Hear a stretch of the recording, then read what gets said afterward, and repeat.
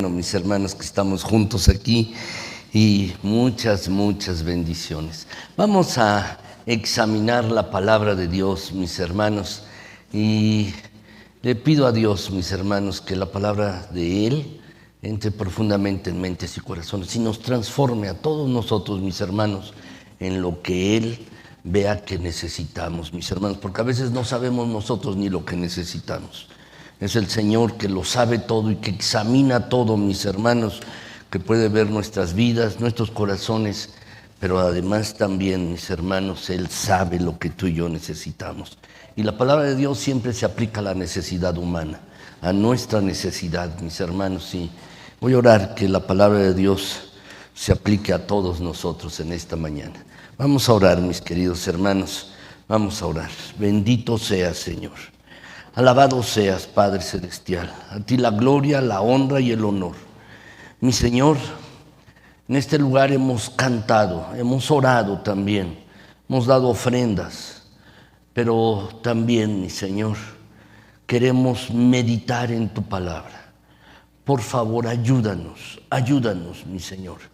Nosotros queremos considerar tu palabra y por favor, Señor, danos entendimiento en toda ella. Déjanos entender tu verdad. Déjanos entender acerca de ti, mi Señor. Déjanos entender en tu palabra acerca de tu voluntad y lo que tú quieres para nosotros. Ayúdanos en esta hora, mi Señor, en la que estamos delante de ti y ante tu palabra como si estuviéramos desnudos. Ayúdanos, Señor. Ayúdanos, por favor. Y Padre Celestial, que tu gracia, que tanto necesitamos, sea derramada en esta tu iglesia, los que estamos aquí y los que no pudieron venir. Ayúdanos, mi Señor eterno. Mira que te lo estamos rogando en Cristo Jesús. Y Padre Celestial, queremos que al estar meditando en tu palabra, en ese momento en que estamos reflexionando, tú seas glorificado, tú seas exaltado en gran manera. Así que, Padre Celestial, ayúdanos a honrarte a ti, a través de honrar tu palabra. Ayúdanos, mi Señor, en Cristo Jesús. Amén. Gracias, mis hermanos, muchas gracias y muchas bendiciones.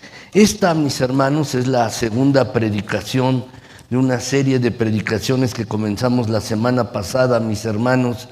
Esta serie de predicaciones acerca de la declinación espiritual, el decaimiento espiritual, mis hermanos. Y quisiera verdaderamente, mis hermanos, que en esta mañana la palabra de Dios nos hable con toda claridad, mis hermanos. Lo cierto es que a lo largo de todas estas predicaciones, mis hermanos, pues estaré hablando acerca de cuáles son las causas de la declinación, el decaimiento espiritual, mis hermanos. Estaremos hablando acerca también, mis hermanos, cuál es la penosa condición de alguien que tiene decaimiento espiritual y cuál es el remedio, mis hermanos, que debemos aplicar para evitar estar en decaimiento espiritual, pero también, mis hermanos, si hemos caído en decaimiento espiritual, ¿cómo podemos salir de allí? Y esto, mis hermanos, lo estaremos viendo a lo largo de varios sermones. Pero, mis hermanos, quisiera decirles el título de esta predicación, se llama El alejamiento de Cristo y la declinación espiritual. Están muy relacionados, mis hermanos, y quisiera compartírselos en esta mañana. Al hablar de la declinación espiritual, mis hermanos, del decaimiento espiritual, saben, la idea es que nos debemos referir, mis hermanos, a un creyente verdadero, un cristiano, un creyente verdadero, cuya vida espiritual en ese momento no se encuentra vigorosa ni saludable. Alguien que está en decaimiento espiritual, en declinación espiritual, mis hermanos, ha decaído en su vida. Es un creyente que ha decaído en su vida espiritual y que no se encuentra ni vigoroso ni saludable. La Biblia, la palabra de Dios, nos advierte claramente, mis hermanos, que muchas personas tendrán una evaluación incorrecta de sí mismas, creyendo que o pensando que son creyentes, cuando en realidad no lo son. Y la Biblia nos advierte que es posible que un cristiano pase por un periodo de declinación espiritual que apenas se pueda distinguir esa persona, ese creyente verdadero en declinación espiritual, apenas se pueda distinguir en él la obra de la gracia del Señor. Señor, entrará en el reino de los cielos, sino el que hace la voluntad de mi Padre que está en los cielos. Por eso muchos me dirán en aquel día: Señor, Señor, ¿no profetizamos en tu nombre? Y en tu nombre echamos fuera demonios, y en tu nombre hicimos muchos milagros. Y entonces en el versículo 23 dice allí: entonces los voy a declarar, nunca los conocí, apártense de mí, hacedores de maldad. Es evidente, mis queridos hermanos, que estas personas estaban en la iglesia. Es evidente que decían creer en Cristo. Es evidente que tenían una posición de liderazgo en la iglesia incluso. Profetizaban en el nombre de Cristo, hacían milagros en el nombre de Cristo, echaban demonios fuera en el nombre de Cristo. No en el nombre de Mahoma, no en el nombre de Buda. Pero en el día del juicio Cristo les dirá: nunca fueron míos ustedes, nunca fueron míos, nunca los conocí, apártense de mí, ustedes que hacen maldad. En su primera carta, el apóstol Juan, mis hermanos, nos dice en el capítulo 2, versículo 19. No lo tengo en la pantalla, mis hermanos, no lo tengo aquí en la pantalla en este capítulo. Sí, perdón, sí lo tengo. 2:19, mis hermanos. Si no lo tienen allí, lo que no lo tienen, sí está también en el boletín, perdón. Pero aquí nos dice, mis hermanos, en este capítulo, en el versículo 19, hablando precisamente acerca de personas que se habían apartado. Dice el pasaje, mis hermanos: salieron de nosotros, pero no eran de nosotros. Porque si hubiesen sido de nosotros, habrían permanecido con nosotros. Pero salieron para que se manifestase que no todos son de nosotros. Déjenme decirles, mis hermanos, algo que quiero llamarles su atención en este versículo. Juan no dice aquí, salieron para que se manifestase que no todos eran de nosotros. No dice así, lo dice en presente. Salieron para que se manifestase que no todos son de nosotros. ¿Y por qué lo hace así? Para que tú y yo entendamos que es posible que todavía hay en la iglesia algunos que no son verdaderos creyentes. Salieron de nosotros para que manifieste que no todos son de nosotros, aunque profesan ser cristianos, aunque dicen que son cristianos. Mis amados hermanos, ellos se apartan totalmente del Señor, nunca estuvieron con Él. Nunca estuvieron con el Señor. Aquellos que están en el Señor nunca se apartarán, nunca se apartarán. En Juan capítulo 10, mis hermanos, en los versículos del 27 al 30 leemos: mis ovejas oyen mi voz y yo las conozco. ¿Y cómo dicen mis hermanos? Me siguen. Y luego agrega aquí, Jesús está hablando: les doy vida eterna y no perecerán jamás, ni nadie las arrebatará de mi mano. Mi Padre que me las dio es mayor que todos y nadie las puede arrebatar de la mano de mi Padre. Yo y el Padre uno somos. ¿Saben, mis hermanos, qué bendición saber que el Padre y el Hijo nos tienen profundamente aferrados, tomados, mis hermanos? ¿Saben?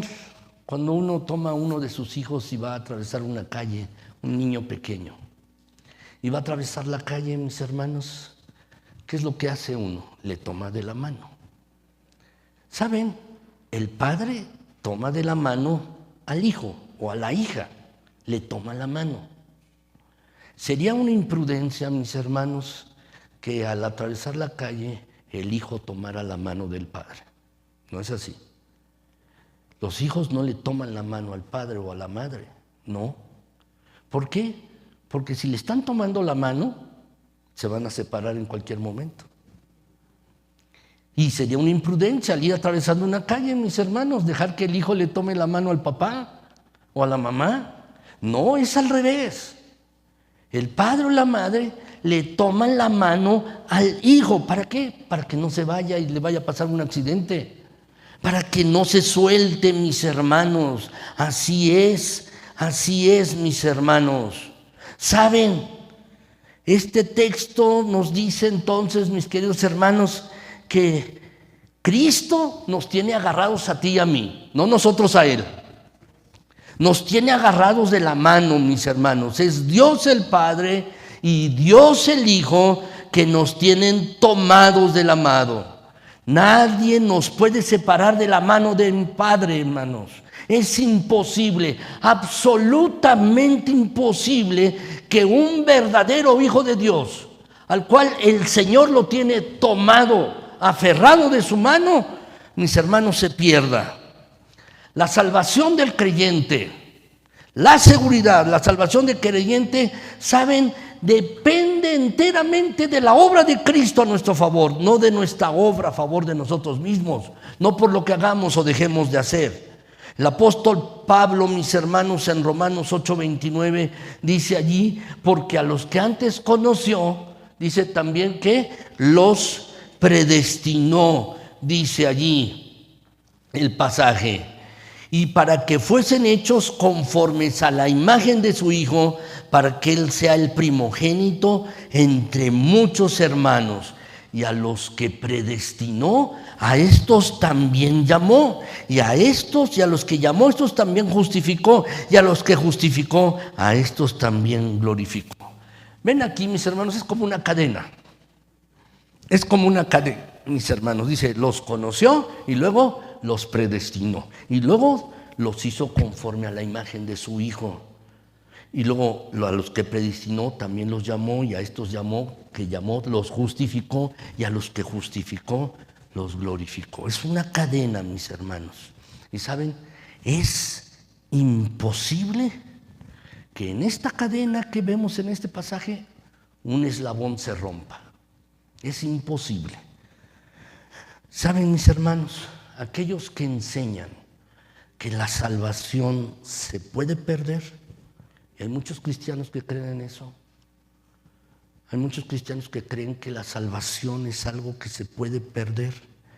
Lamentablemente no se dan cuenta de que lo que están creyendo y que están enseñando es que la salvación es por obras.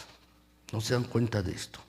¿Por qué? Porque si la salvación se puede perder, entonces la salvación no es por fe, ¿no? Uno entra por la fe, pero para preservar la salvación debo hacerlo por mis propios medios, por lo que yo haga o deje de hacer, para estar en el estado de gracia de Dios, para no perder la salvación. Entonces, a final de cuentas, mis hermanos, nos salvamos ¿por qué? Por las obras y no por la fe. Eso es lo que piensan algunos.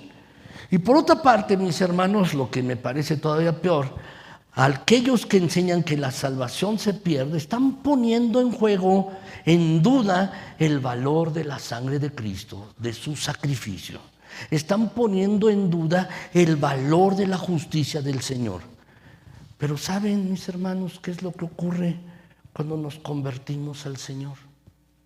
Cuando decidimos seguir a Cristo, que todos nuestros pecados son cargados en Él y toda su justicia perfecta es puesta en nuestra cuenta.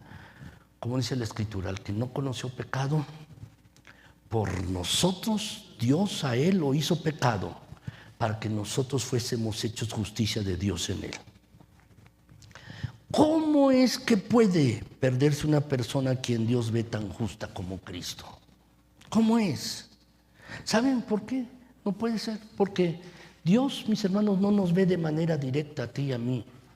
No nos está viendo de manera directa, nos ve a través de los lentes de Cristo, a través del prisma de Cristo, nos ve a través de los lentes de Cristo, mis hermanos, nuestro bendito Señor y Salvador. Así que, mis hermanos, cuando Dios nos ve, está viendo en nosotros lo que Cristo hizo y su justicia, mis hermanos. Así que, lo que primero que tenemos que entender, y esto es importante, mis hermanos, por eso empecé así, es hacer una diferencia entre aquel que se aparta y no regresa, y nunca fue cristiano, pero es aquel creyente que está en declinación espiritual. Y regresa, mis hermanos, porque no está a gusto en esa declinación espiritual. Así que la gracia salvadora del Señor es indestructible. En otras palabras, mis hermanos, todo verdadero creyente, si es verdadero creyente, persevera hasta el fin. Aunque esté en estado de declinación espiritual, en decadencia espiritual, mis hermanos. Ahora, también es cierto, mis hermanos, que todo verdadero creyente, ustedes y yo, somos susceptibles de caer en un estado de declinación espiritual. Podemos caer en declinación espiritual. Y eso es lo que quiero hablarles en segundo lugar. Quiero hablarles, mis hermanos, acerca de la necesidad de cuidar la vida espiritual. ¿Por qué? Porque podemos caer en decadencia espiritual. Podemos caer en declinación espiritual. Por eso es la necesidad de cuidar la vida espiritual, mis hermanos. La vida espiritual que ya tenemos por la obra salvadora de Dios, mis hermanos. El hecho de que la salvación sea segura, mis hermanos, de ninguna manera debe llevarnos a ustedes y a mí como creyentes a la pereza, a la negligencia. No. Alguien puede decir, bueno, pues soy salvo, voy a ir viva como viva, voy a ir al cielo. No, mis hermanos, no es así. El hecho es que si es un verdadero creyente, una persona es un verdadero creyente, no debe ser descuidado ni perezoso, mis hermanos. ¿Saben por qué? Porque el pecado todavía mora en nosotros. Por esa razón. Nuestra naturaleza, mis hermanos, nos lleva hacia el pecado. Mis hermanos, ¿saben? No es como una bomba que desactiva a uno y le quita a uno, mis hermanos. Por ejemplo, una granada tiene una espoleta, mis hermanos, se la quita a uno, va a estallar, pero si la vuelve uno a poner, se desactiva. No. O un volcán muerto, mis hermanos. El pecado no es un volcán muerto, no lo es. No lo es, mis hermanos, un volcán que se haya extinguido. El pecado todavía mora en nosotros, en ti y en mí, y está activo, muy activo. El pecado mora en nosotros, mis hermanos. Es cierto que el pecado ha dejado de ser nuestro rey, pero sigue siendo nuestro enemigo. No dominados por el pecado, pero sigue insistiendo en nosotros. ¿Y saben cuál es la meta de este enemigo que está dentro de nosotros, mis queridos hermanos? Llevarnos a lo peor. Llevarnos a lo peor. El pecado viene a nuestras vidas y comienza a entrar pidiéndonos un poco de terreno, avanzando poco a poco, mis hermanos. Pero no quiere solo un poco de terreno, quiere toda nuestra vida, mis hermanos. Y quiere llevarnos a lo peor, mis hermanos, a lo peor. De verdad debemos entender que en nosotros, en todos nosotros, hay una tendencia. Hay una tendencia secreta, perpetua y alarmante de alejarnos de Dios, mis hermanos. Una tendencia así, de alejarnos de Dios. Por eso es que el salmista, mis hermanos, dice allí en el Salmo 25, a ti, oh Jehová, levantaré mi alma. ¿Saben, mis hermanos? Tenemos que estar todo este tiempo, mientras estamos aquí en la tierra, mientras estamos en este mundo, todo el tiempo tenemos que estar levantando nuestras almas delante del Señor, levantándonos hacia Él. ¿Saben? La fuerza de gravedad, mis hermanos, nos jala hacia la tierra. Bueno, mis hermanos, hay una fuerza de gravedad espiritual que nos atrae hacia el pecado. Por eso debemos estar levantando nuestra alma hacia el Señor. Porque si esta tendencia, mis hermanos, que está en nuestras vidas, no la mantenemos a raya, si no le ponemos un límite, nos va a apartar sutilmente de nuestra comunión con Dios y puede causarle daños severos a nuestra vida espiritual. Así que, mis hermanos, si nos desviamos, eso va a devorar en nuestra alma el vigor, la fuerza, la energía espiritual y nos va a incapacitar para servir, para amar, para obedecer, para deleitarnos en Dios y para resistir las tentaciones de la carne, el mundo y Satanás. ¿Saben, mis hermanos? No estoy hablando de un pecado en particular aquí. De lo que estoy hablando es de un deterioro, mis hermanos. Un deterioro en el cual, mis hermanos, las gracias que el Señor ha puesto en nuestras vidas, ¿qué gracias ha puesto Dios en tu vida y en mí también? Ha puesto fe, ha puesto amor, gozo, esperanza, mansedumbre. Estas gracias se encuentran en franco decaimiento. En un estado en el que nuestra comunión con Dios desciende a su mínima expresión. ¿Y saben qué es lo más terrible de todo esto? Entra sutilmente, poco a poco, mis hermanos, de manera secreta, imperceptible. Para las personas que nos rodean nos ven igual. Y aún hasta para nosotros mismos nos vemos igual. Pero en lo que respecta, ¿por qué? Porque en lo que respecta a la conducta externa, a lo externo, un creyente, mis hermanos, no se distingue de los demás hermanos de la iglesia. Viene los domingos, canta, viene, se reúne a las reuniones de oración, mis hermanos, entre semana, hace externamente todo lo que se supone que un cristiano debe hacer, pero su alma se encuentra en franco deterioro y decaimiento espiritual. No hay vigor en la fe, no hay incremento en el amor, no está experimentando el gozo de saberse perdonado, no experimenta la alegría de pertenecer a Cristo, no experimenta el contento de obedecer, mis hermanos, no vive amparado en la esperanza y no manifiesta humildad ni mansedumbre, y su comunión con Dios es rígida, es externa y es ritualista. Rígida, externa y ritualista nada más.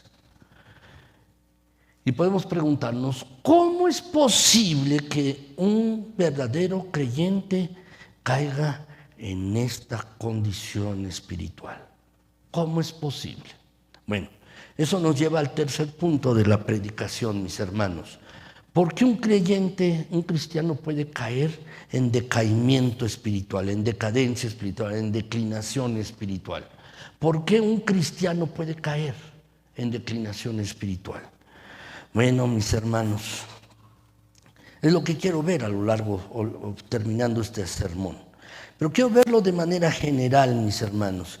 Y quiero decirles, mis hermanos, que tenemos que evaluar nuestra vida espiritual.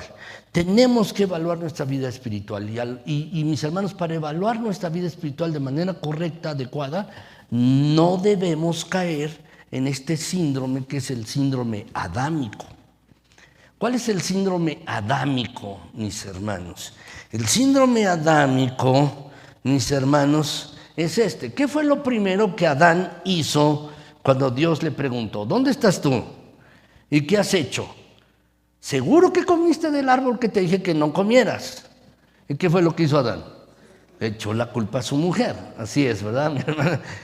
Y a la mujer le pregunta a la mujer, oye, ¿qué has hecho? ¿Y qué hizo la mujer? Pues Satanás me engañó. Satanás me engañó. En otras palabras, mis hermanos, el síndrome adámico es echarle la culpa a todo el mundo, menos a uno mismo. Uno se lo echa a todo el mundo, mis hermanos. Y vemos también en ese mismo pasaje de Génesis, mis hermanos, que según la evaluación de Dios, cada uno fue responsable. Cada uno fue responsable de su pecado. El varón, la mujer, mis hermanos. Y cada uno recibió las consecuencias de sus actos. No por echarle la culpa a uno a otro, mis hermanos, uno no recibe la consecuencia de sus actos. Este es el síndrome adámico, mis hermanos. Ahora, quiero decirles algo, mis hermanos, y quiero decirles algo que espero que lo recuerden muy, muy bien. Espero que lo recuerden, mis hermanos. Ninguna causa externa a ti puede ser responsable de tu decadencia espiritual. Y esto tiene que ver con el síndrome adámico, por eso les comento. Ninguna causa externa a ti, otra persona, las circunstancias, lo que sea, es responsable de tu decadencia espiritual. No. Si estás en decadencia espiritual, en declinación espiritual, tú eres la causa. No le puedes echar la causa a nadie más, mis hermanos, nadie más. Este mal de declinación espiritual, de decadencia espiritual, comenzó en tu corazón, se desarrolló en tu corazón, mis hermanos.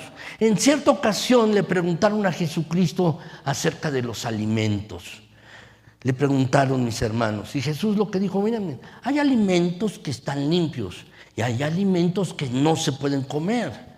Pero les dijo Jesús: ustedes no se dan cuenta que todo lo que entra por la boca va al estómago y luego sale a la letrina, en el baño. Por lo tanto, dice Jesucristo, todo lo que contamina al hombre no es lo que entra por la boca, es lo que sale del corazón. Porque del corazón del hombre es que salen los adulterios, la codicia, los robos, los hurtos y todos los pecados.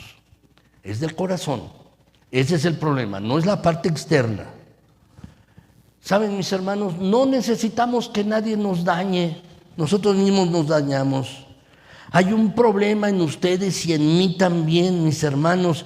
Y saben, si queremos encontrar culpables, los vamos a hallar. Vamos a hallar a quien echarle la culpa, mis hermanos. Lo vamos a encontrar, pero no vamos a solucionar el problema. No vamos a solucionar el problema. No lo vamos a hacer, mis hermanos. La verdad es que alguien ha dicho, mis hermanos, el infierno son todos los demás. ¿Lo han oído? El infierno son todos los demás. Hay personas que viven así, con esta filosofía. El infierno son los demás, es decir, el problema son los otros, no yo. El problema son las demás personas. Y eso te puede hacer sentir, al menos por un poco tiempo, bien contigo mismo. Pero la fuente de tu decadencia espiritual va a continuar produciendo cosas que te van a envenenar y que no te van a permitir salir del estado en que te encuentras. ¿Saben? Cuando no hacemos una correcta evaluación de nuestras vidas, mis hermanos, cuando le echamos la culpa de nuestro mal a una cosa que está equivocada, ¿saben qué va a pasar? Que nosotros vamos a encontrar una solución equivocada. Es eso. Por ejemplo, mis hermanos, yo tengo fiebre en la noche y digo, la causa de la fiebre es la sábana. ¿Sí? Hay que cambiar la sábana y la cambio. ¿Qué va a pasar? Va a seguir teniendo fiebre porque es un diagnóstico equivocado, una evaluación equivocada. Hay personas, mis hermanos, que cifran toda su esperanza en un cambio de circunstancias, no en un cambio de corazón. Cifran toda su esperanza. Las cosas van a cambiar si las circunstancias cambian, pero lo que debe cambiar es tu corazón. Algunos dicen, mira, la causa de mi decaimiento espiritual es la iglesia. ¿Cuál es la solución? ¿Me cambio de iglesia? Alguno puede decir, la causa de mi declinación espiritual son mis amigos. ¿Qué debo hacer? ¿Cambiarme de amigos? Y alguien más puede decir, la causa de mi declinamiento espiritual tal vez es mi esposa. ¿Qué debo hacer? ¿Divorciarme? Porque no me deja crecer. No, mi hermano, no. El problema está en nuestro corazón, no las circunstancias, es nuestro corazón y se debe resolver en nuestro corazón. Es allí, mis hermanos, donde se debe aplicar la medicina apropiada, en el lugar apropiado, mis hermanos. Entonces, si el problema mío no son los demás, ¿cuál es la verdadera causa por la que un cristiano atraviesa por una declinación espiritual? ¿Cuál es la verdadera causa? Bueno, mis hermanos, podría decirles varias causas, que eso lo dejaré para otra predicación más adelante. Pero hoy, mis hermanos, quisiera ver lo más general y la más común de todas, la más frecuente. ¿Y saben cuál es, mis hermanos? Es esta causa. La causa por la que un cristiano puede caer en declinación espiritual es esta: dejar de cultivar una cercanía con Cristo. Dejar de cultivar una cercanía con Cristo, mis hermanos. La verdad es que si existe una consideración que nosotros debemos colocar por encima de todas las demás en este asunto de la declinación espiritual y del avivamiento del alma, es que la vida espiritual, mis hermanos, que nosotros derivamos de Cristo, se nutre y se fortalece del mismo Cristo. Empezamos con Cristo como cristianos y, mis hermanos, debemos continuar con Cristo a lo largo de toda la vida. La vida espiritual, mis hermanos, se nutre en Cristo y se fortalece a través del mismo Cristo. Mis hermanos, ¿cómo empezamos a andar el Evangelio? En Cristo. Dice la Biblia, de la manera que recibisteis a Cristo, ¿no? Bueno, de esa manera que recibisteis a Cristo, dice el pasaje, mis hermanos, debemos andar en Cristo diariamente. El Evangelio, mis hermanos, no es solo el momento en que tú recibiste a Cristo. El Evangelio no solo es ese momento cuando tú tomaste la decisión, si yo quiero seguir a Cristo. El Evangelio se vive diariamente. ¿Por qué? Porque el Evangelio es Cristo. Y en Cristo es que debemos seguir, mis hermanos. ¿Saben? Nosotros estamos vivos espiritualmente porque Cristo nos comunicó su vida. Cristo nos comunicó su vida, mis hermanos, porque nosotros ahora que estamos en Cristo e impregnados en Cristo, mis hermanos, dice la Escritura que esto es un misterio, que nosotros no podemos comprender o desvelar completamente, mis hermanos, desde este lado de la vida, desde este lado de la eternidad. Pero en eso consiste la vida cristiana, mis hermanos. La vida cristiana no consiste en unirse a un club, no consiste en asistir meramente a una iglesia. La vida cristiana no consiste en asistir los domingos, mis hermanos. No, la vida cristiana consiste en estar en Cristo. En estar en Cristo, mis hermanos. Si ustedes ven allí en sus boletines, Colosenses capítulo 1, versículos del 25 en adelante, mis hermanos, dice allí de la siguiente manera, mis hermanos: de la cual fui hecho ministro, según, dice allí, la administración de Dios que me fue dada para con vosotros, para que anuncie cumplidamente la palabra de Dios. Dice, ¿fue hecho ministro de qué? De la iglesia. Pablo fue hecho ministro de la iglesia. Eso es lo que está diciendo. Versículo 26. Luego dice allí, el misterio que había estado oculto, si lo pueden subrayar.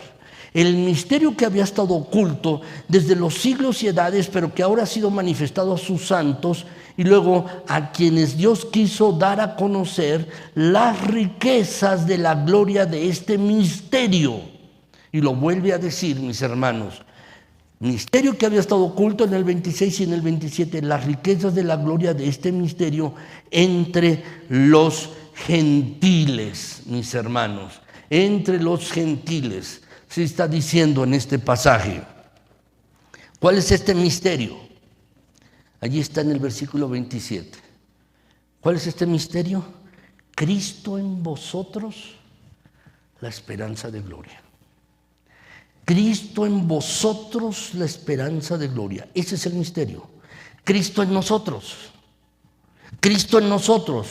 En el momento en que nosotros, tú y yo, somos salvados, el Espíritu de Cristo viene a morar en nosotros, comunicándonos de esa manera vida espiritual, la vida espiritual de Cristo, comunicándonos de esa manera las características de la vida espiritual de Cristo.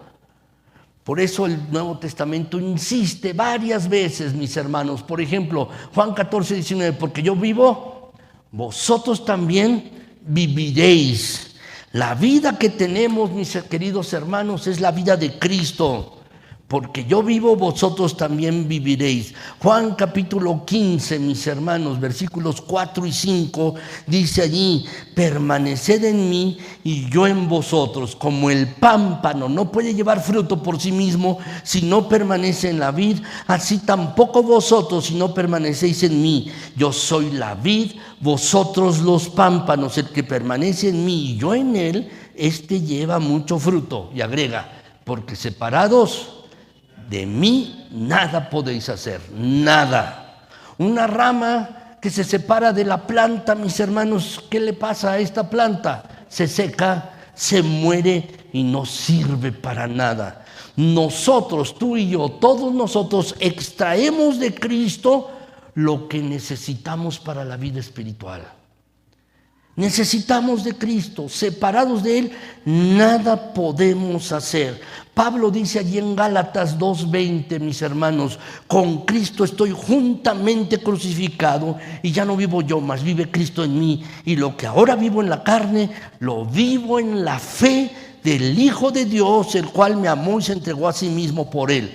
Pablo está diciendo esto: ya no vivo yo, ahora Cristo es el que me da vida. Lo que ahora vivo en la carne, lo vivo en Cristo, en la fe del Hijo de Dios, en Cristo. ¿Saben, mis hermanos? Muchas veces nosotros hablamos de la vida eterna como algo que se nos da, algo que se nos proporciona. Y no está mal, mis hermanos, no está mal. La vida eterna es algo que se nos ha dado.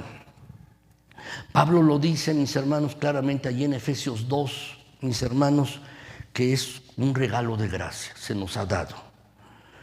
Es algo que se nos da. Pero ¿saben, mis hermanos? Yo creo que es más preciso decir que la vida eterna es algo que compartimos por el hecho de estar unidos a Cristo.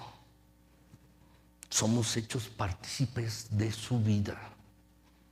Es algo que nos ha compartido, mis hermanos. En 1 de Juan 5:12 dice así, mis hermanos: el que tiene al Hijo, tiene la vida. El que no tiene al Hijo de Dios, no tiene la vida. No tiene la vida. Jesús, mis hermanos, es la vida eterna. Sin Él no hay vida y no hay nada. Por eso, mis hermanos, por eso, no predicamos una religión. No predicamos una iglesia, no predicamos reglas. Esto no es asunto de religión. Ser cristiano es venir a Cristo, y sin Él no hay salvación y sin Él no hay vida. No hay vida, mis hermanos. ¿Saben? En este pasaje, 1 de Juan 5:20, mis hermanos, nos dice: pero sabemos que el Hijo de Dios ha venido y nos ha dado entendimiento para conocer al que es verdadero, y estamos en el verdadero, en su Hijo Jesucristo. Este es el verdadero Dios. ¿Y qué dice? Y la vida eterna. Él es la vida eterna. Estamos viviendo, y ¿sabes qué? No necesitamos morir para comenzar a vivir la vida eterna, porque si estamos en Cristo, estamos viviendo ya en vida eterna. Ahora, mis hermanos, no debemos pensar solo en la vida eterna como algo interminable, algo que no tiene fin. Sí, mis hermanos, sí, es eterna, es interminable, pero más bien deberíamos pensar en la vida eterna como en la calidad de esa vida. No es una vida que es pues para vivir por siempre, no, sino es la manera de vivir, la calidad de vida. Porque el asunto de la vida eterna no es cuánto dura, sino el asunto es cómo es la vida eterna. Y nada más y nada menos que la vida de Cristo mismo, mis hermanos. Eso es la vida eterna. Por eso hay tantas frases en la Escritura, mis hermanos, que dicen: en Cristo en el Señor, mis hermanos. En las Escrituras se utilizan 216 veces esta expresión, en Cristo, en el Señor, mis hermanos, en el Señor. Déjenme ponerles un ejemplo. Efesios 1, versículos del 3 al 6 y luego el versículo 11. Dice allí, mis hermanos, de la siguiente manera: bendito sea el Dios y Padre de nuestro Señor Jesucristo, que nos bendijo con toda bendición espiritual en los lugares celestiales en Cristo. ¿Lo ven? En Cristo. La vida eterna, sí, mis hermanos, es interminable. Pero, mis hermanos, es en Cristo, y solo en Cristo se puede disfrutar con gozo, paz, amor. Solo en Cristo. Y luego, versículo 4, según nos escogió en Él, en Cristo, antes de la fundación del mundo, para que fuéramos santos sin mancha delante de Él. Y luego, mis hermanos, dice, en amor, habiéndonos predestinados para ser adoptados hijos suyos por medio de Jesucristo, según el puro afecto de su voluntad, para alabanza de la gloria de su gracia, con la cual nos hizo aceptos en el amado, mis hermanos. Dice allí el versículo 11, en Él, en Cristo, en Él asimismo tuvimos herencia. ¿Saben, mis hermanos, cuál es la herencia del cristiano? Pues nada más y nada menos que la herencia de Cristo. Que la herencia de Cristo. Lo que Cristo va a heredar en la eternidad es lo que tú y yo vamos a estar heredando también, por una razón: por estar en Él, por estar en Cristo, en Él. Todo lo que somos, todo lo que tenemos, se debe únicamente al hecho de estar en Cristo. En Cristo. A eso es a lo que se refiere, mis hermanos. A eso es a lo que se refiere Juan en el capítulo 6. El día de hoy vamos a celebrar la Cena del Señor. Y la vamos a celebrar, mis hermanos, como un recordatorio, un memorial. No la celebramos, mis hermanos, literalmente de que el pan tiene algo especial, el vino también. No, la celebramos por una razón: porque estamos en Cristo. El pan es pan, el vino es vino, mis hermanos. Pero Juan en el capítulo 6 les dice a la gente: mi pan, mi cuerpo es verdadera comida, mi sangre es verdadera bebida. Así es que tienen que comerme y beberme. Eso es lo que literalmente Jesús les dice: comerme y beberme.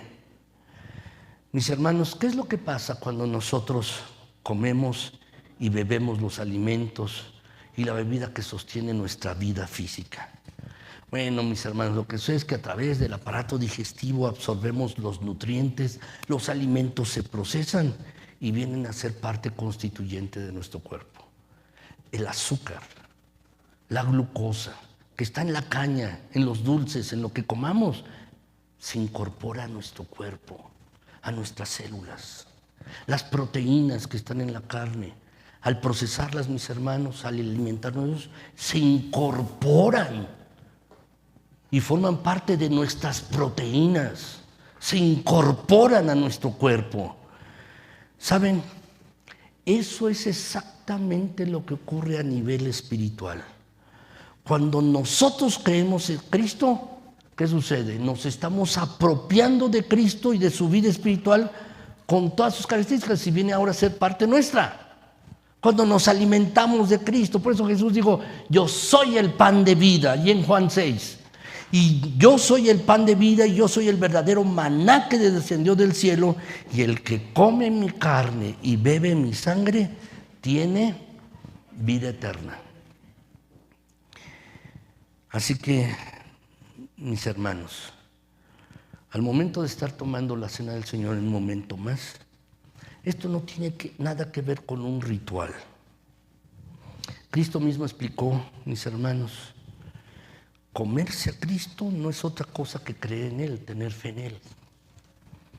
Porque cuando tú y yo creemos en Él, nos estamos apropiando de Él, de Cristo. Por eso decimos, mis hermanos, que el cristianismo es Cristo. El cristianismo es Cristo. Tú puedes ser un perfecto maometano sin saber nada de Mahoma. Y tú puedes ser budista sin saber nada de Buda. Y tú puedes ser taoísta sin saber nada de Lao Tse. Pero nadie puede ser cristiano sin saber de Cristo. Porque el cristianismo es Cristo. Estamos vivos espiritualmente porque Él mora en nosotros por su Espíritu. Y ahora podemos ser salvos porque Él está obrando. Ser santos porque Él está obrando en nosotros para hacernos semejantes a Él. Son esas características, mis hermanos, son esas características de Cristo en nosotros que está obrando, mis hermanos, las que menciona allí en Gálatas capítulo 5. ¿Se acuerdan de este pasaje tan conocido? Versículos 22 al 23, mis hermanos. El fruto del Espíritu, mis hermanos, el fruto del Espíritu es amor, gozo, paz, paciencia, benignidad, bondad, fe, mansedumbre, templanza.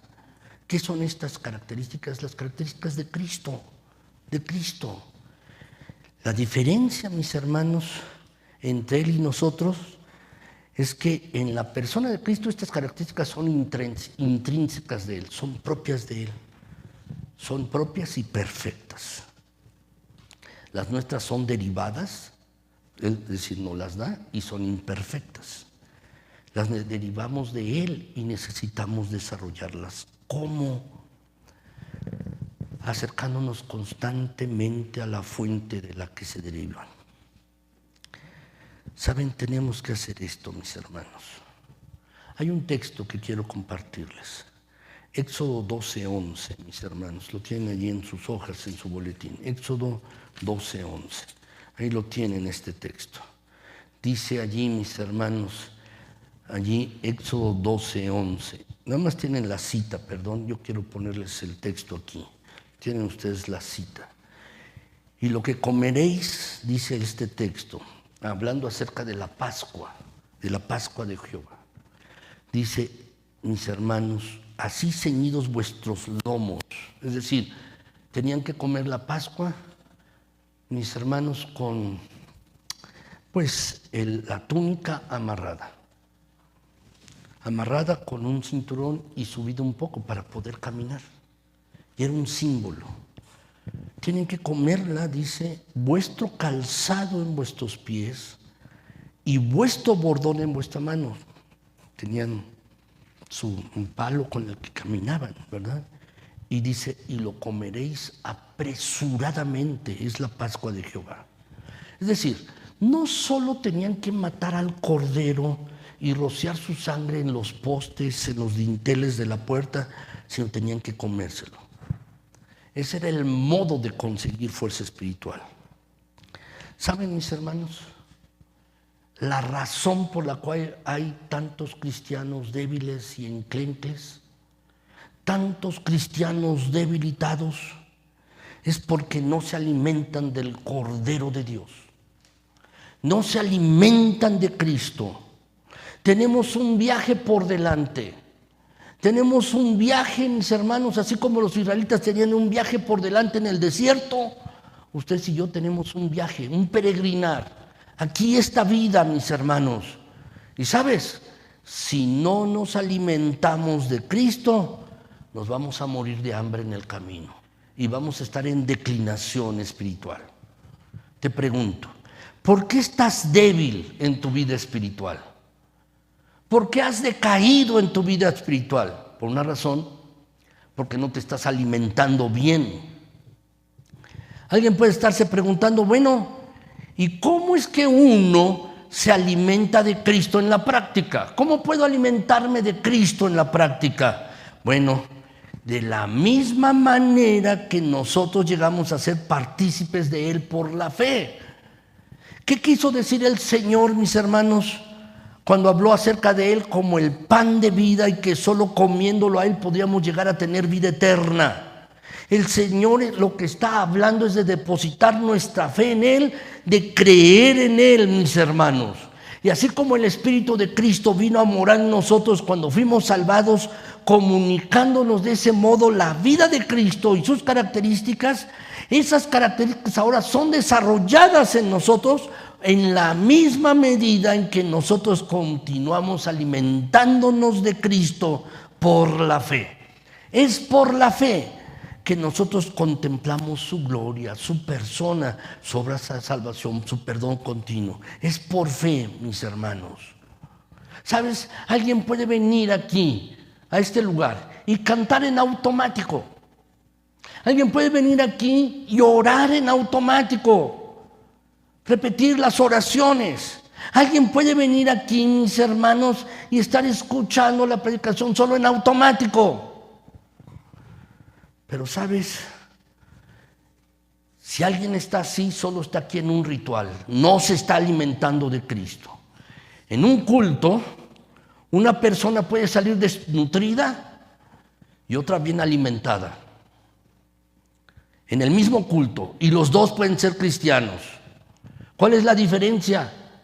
Mirar a Cristo, estar en Cristo, tener fe en Cristo constantemente, mirarlo con los ojos de la fe, mis hermanos, y contemplar su majestad para adorarle, su santidad, su bondad, para imitar su redención y para agradecerla.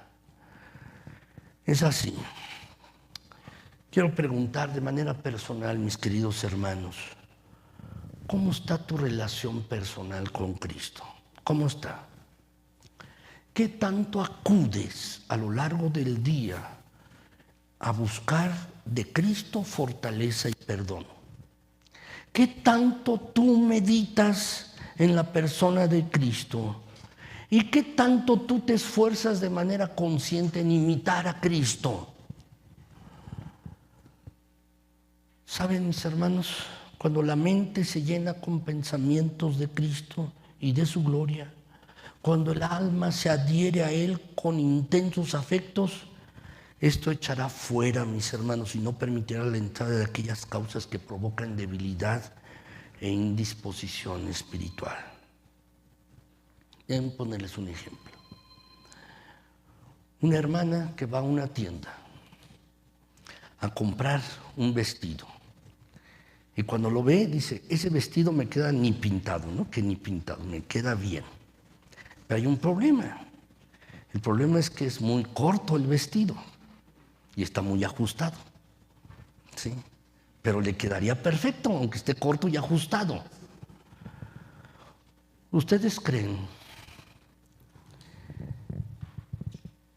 que esa hermana va a ver ese vestido con los mismos ojos si ella estuviera viendo esa Biblia, teniendo delante de su vista la gloria, la majestad y la santidad del Salvador, y estuviera viendo el precio que Cristo pagó por ella con su sangre en la cruz del Calvario? ¿Ustedes creen que vería el vestido con los mismos ojos? Yo no creo, mis hermanos. Y es solo un ejemplo. Por eso es que debemos insistir esto, mis hermanos. La vida cristiana no se sigue o no se vive simplemente siguiendo una lista de reglas. No solo son reglas, no, mis hermanos. La lista de reglas nos dice qué tenemos que hacer, qué tan corto, bajo, debajo de las rodillas y amplio el vestido. No, no, mis hermanos.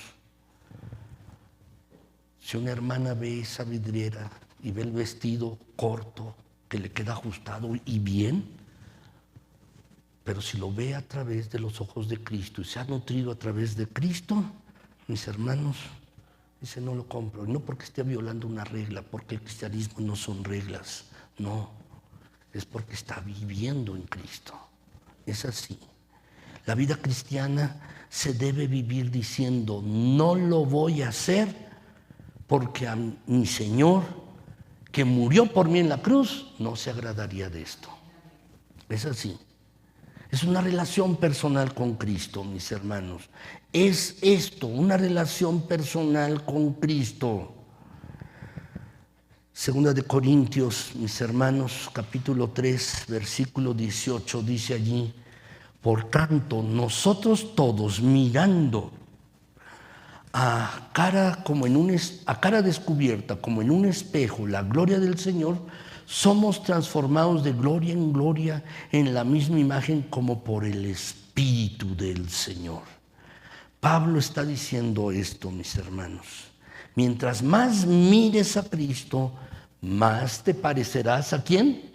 A Cristo. ¿Eso es lo que estás haciendo tú? Eso es lo que estás haciendo, mirar la gloria y la majestad de nuestro Salvador y su belleza, y te estás pareciendo más a Cristo. ¿Qué tanto ocupas tus pensamientos en meditar en la gloria de Cristo? ¿Qué tanto procuras imitar a Cristo? ¿Qué tanto le manifiestas tu amor y adoración a Cristo? ¿Qué tanto profundizas en el estudio de su persona y de su obra a través del estudio cuidadoso y reflexivo de la Biblia? Como alguna vez, mis hermanos, quizás muchos de nosotros somos culpables de esto, que Cristo dijo, mis hermanos, a manera de amonestación a los judíos: ustedes no quieren venir a mí para tener vida. Yo les digo con profundo amor, mis hermanos, y afecto: ¿quieres tener vida espiritual? Verdadera vida espiritual, que no estés decaído en tu vida espiritual, tienes que venir a Cristo. Tienes que acudir a Cristo. Es que no quieres ir a Cristo. No quieres seguir en tu estado de decaimiento, de declinación espiritual. Saben, mis hermanos, la vida cristiana no se vive simplemente siguiendo una serie de reglas. La vida cristiana, mis hermanos, no solamente es tener un conjunto de doctrinas, mis hermanos. Y sí, las doctrinas son importantes porque nos llevan por un buen camino, mis hermanos. Pero saben, mis hermanos, se puede tener sana doctrina y una profunda declinación espiritual. Puedes tener la mejor doctrina del mundo en la Biblia, creer eso, pero estar decaído espiritualmente. La buena teología no asegura nada, mis hermanos. Es Cristo, Cristo y solo Cristo. Estar en una relación con Él. Y para estar vivos espiritualmente, solo, mis hermanos, para estar vigorosos, saludables en lo espiritual, mis hermanos, tenemos que ir a Cristo, vivir en Cristo, mirar a Cristo, mis hermanos. Ahora, quiero terminar, mis hermanos. ¿Saben? Cuando se predica acerca de la declinación espiritual, hay algo que ocurre de manera automática. Algunos que profesan la fe cristiana comienzan a cuestionarse acerca de la realidad de su fe. ¿Seré yo un verdadero creyente o seré un incrédulo que creía ser creyente? ¿Cuál es la verdadera condición de mi alma? Bueno, mis hermanos, ¿saben? Si cualquiera que sea el caso, si tú estás confuso, confundido con respecto a ti mismo, déjame hacerte una pregunta. ¿Qué necesita un pecador para ser salvo? ¿Qué necesita? ¿Saben cuál es la respuesta? Venir a Cristo en arrepentimiento y fe. Marcos, en su evangelio, resume el mensaje de que Cristo predicaba. El tiempo se ha cumplido, el reino se ha acercado. Arrepentíos y creed en el evangelio. ¿Cómo se salva el pecador? Viniendo a Cristo en arrepentimiento y fe. Ese es el mensaje que el pecador necesita escuchar. Pero tengo otra pregunta. ¿Qué necesita un creyente que está en decadencia espiritual? ¿Qué necesita un creyente que está en declinación espiritual para recobrarse de ese estado? ¿Saben lo que necesita? Lo mismo que el pecador. Venir a Cristo en arrepentimiento y fe. Es el mismo remedio para los dos males. Así es que, si te estás preguntando en este momento, bueno, parezco cristiano, pero en realidad no lo soy, y tienes duda, o estás seguro de que eres cristiano, pero estás decaído en lo espiritual, es el mismo remedio. Te tienes que arrepentir y venir a Cristo, creer en el Evangelio, tener fe. Es lo mismo, la misma medicina, mis hermanos. Tiene uno que venir a Cristo en arrepentimiento y fe. Venir a Cristo con la disposición de divorciarnos de la vida de pecado, descansando únicamente en Cristo. No solo para el perdón de pecados, sino también para luchar eficazmente contra los pecados en el futuro. Puedes decirle al Señor: Señor, estoy aquí, soy un hombre débil, soy una mujer débil. Estoy aquí con todas mis debilidades, con todas mis luchas, con todos mis pecados. Estoy aquí buscando perdón, pero también estoy buscando la fortaleza espiritual que yo necesito para seguir peleando la batalla y seguir adelante. Así es que el llamamiento en esta mañana es: ven a Cristo, confiésale tu condición. Si estás decaído en lo espiritual, confiésaselo, díselo a Cristo. Pídele que te perdone y que te transforme, porque Él ha prometido que no desechará a ninguno que venga a Él con esa disposición de corazón. Escucha estas palabras de Cristo. Escúchalas de verdad. Dice Apocalipsis 3, 19, 20, que es el último versículo que quiero compartirles, mis hermanos. Este versículo es muy citado en campañas evangelísticas y cuando uno le comparte a Cristo, pero quiero hacer notar algo.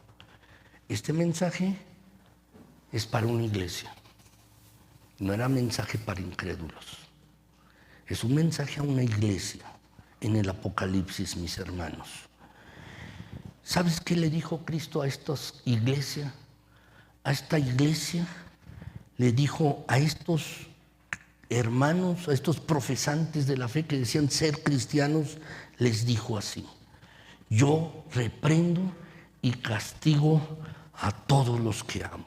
Y luego le dijo: sé pues celoso y arrepiéntete. Y aquí yo estoy a la puerta y llamo. Si alguno oye mi voz, se abre la puerta, entraré a él y cenaré con él y él conmigo. Este texto es maravilloso. Esta invitación fue dirigida a miembros de una iglesia, no incrédulos. Eran cristianos, era una iglesia. El último mensaje a las iglesias de Asia. Y esta iglesia que tenía estaba padeciendo de tibieza espiritual. Eran tibios en lo espiritual. ¿Saben lo que significa este texto, mis hermanos? ¿Saben lo que significa? Que esa iglesia no era un caso perdido. Esa iglesia no era un caso perdido, ni tú ni yo tampoco. No somos caso perdido. Cristo viene a esta iglesia y le dice: óyeme, todavía hay remedio para tu mal. Estás decaído en lo espiritual, eres tibio, todavía estoy a la puerta y estoy llamando. Todavía tienes una oportunidad de arrepentirte. Todavía tienes una oportunidad de volver a ser un creyente, una creyente celoso, apasionado por el Evangelio. Por eso dice aquí: sé pues celoso y arrepiéntete. Y saben otra cosa que hay en este texto que es importante y que llama la atención. Es que se supone que el que toca la puerta, mis hermanos, está tocándole la puerta al anfitrión para que lo invite a pasar y lo invite a comer. Pero, mis hermanos, en este texto, Cristo es el que llama y también Cristo es el anfitrión. Porque Él es todo. Él es el que llama. Si alguno abre la puerta, yo entraré, cenaré con él y él conmigo. Yo te voy a alimentar. Yo te voy a alimentar. Yo te voy a invitar a la mesa. En la mente de un judío, mis hermanos, estar a la mesa era tener comunión íntima con Él. Así es que lo que Jesús está diciendo a creyentes, a cristianos: ábreme la puerta, entraré a ti, voy a cenar contigo. Y saben, mis hermanos, el caso tuyo y mío, si estamos en declinación espiritual, si estás en decadencia espiritual, todavía tiene remedio. todavía tiene remedio. Cristo está a la puerta. Cristo está a la puerta llamando, porque hay remedio y el remedio está solamente en Cristo. ¿Saben, mis hermanos? Mi oración es que nadie en esta iglesia, ni tú ni yo, porque todos estamos en peligro, yo también, todos nosotros, caigamos en declinación espiritual. Y si quieres tener verdadera vida espiritual, acércate a Cristo. Ese es el punto crucial, por lo que muchos se decaen, declinan en lo espiritual, porque se alejan de Cristo. Que eso no pase contigo ni conmigo. Nadie con esta iglesia, mis hermanos, pase esto con nosotros. Si alguien está en esta condición de declinación espiritual, acérquese a Cristo, como dice el pasaje, en arrepentimiento y fe. Sé pues celoso y arrepiéntete. Invita a Cristo, ten comunión con Él y permite que Él te alimente para que tengas verdadera vida espiritual. Vamos a orar, mis queridos hermanos. Mi Señor y mi Dios, gracias mi Señor por tu bondad, tu misericordia, tu gracia. Gracias mi Dios, eres tan bueno, tan generoso.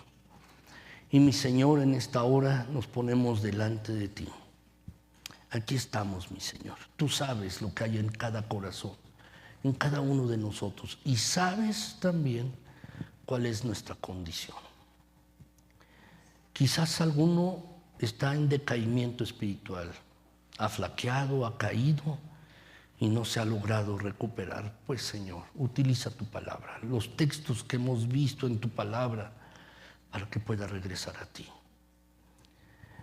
Que pueda alimentarse de ti, mi Señor, y pueda tener verdadera vida, una vida gozosa, una vida, mi Señor, en la que se esté manifestando el carácter de Cristo. Ayuda, Señor, ayuda a esta tu iglesia. Ayúdanos a todos, mi Señor, porque necesitamos de ti, mis hermanos. Yo también, todos necesitamos de ti, mi Señor. Da verdadera vida a tu iglesia. Verdadera vida, vida espiritual, mi Señor, que haya vigor, que haya fortaleza, que haya energía, una pasión y un ardor por seguirte, mi Señor. Por favor, que haya un gran anhelo por buscarte. Haz tu obra en cada corazón por medio de tu palabra y por medio del Espíritu Santo. Sigue obrando, Señor, sigue obrando, por favor, Señor. Obra en tu iglesia, levanta, Padre Celestial, y da vigor, vida espiritual verdaderamente. Estamos en una lucha contra el pecado y a veces caemos, mi Señor, pero mi Dios eterno, en Cristo podemos prevalecer, en Cristo, solo en Cristo. Ayúdanos, mi Señor, que haya verdadera vida espiritual en esta tu iglesia. Pero también, Señor, si alguno no está seguro de su salvación en Cristo, si alguno, Señor, no sabe si verdaderamente es cristiano o no, pues que ahora mismo en arrepentimiento y fe se pueda acercar a ti. En arrepentimiento y fe, haz tu obra, mi Señor. Tú que conoces cada corazón, haz esta tu obra, para que haya verdadera vida espiritual solo en Cristo. Ayúdanos, mi Señor. Gracias, Padre Celestial, por tus bondades y gracias por seguir sosteniendo a esta tu iglesia. Gracias, Señor. En Cristo Jesús. Amén.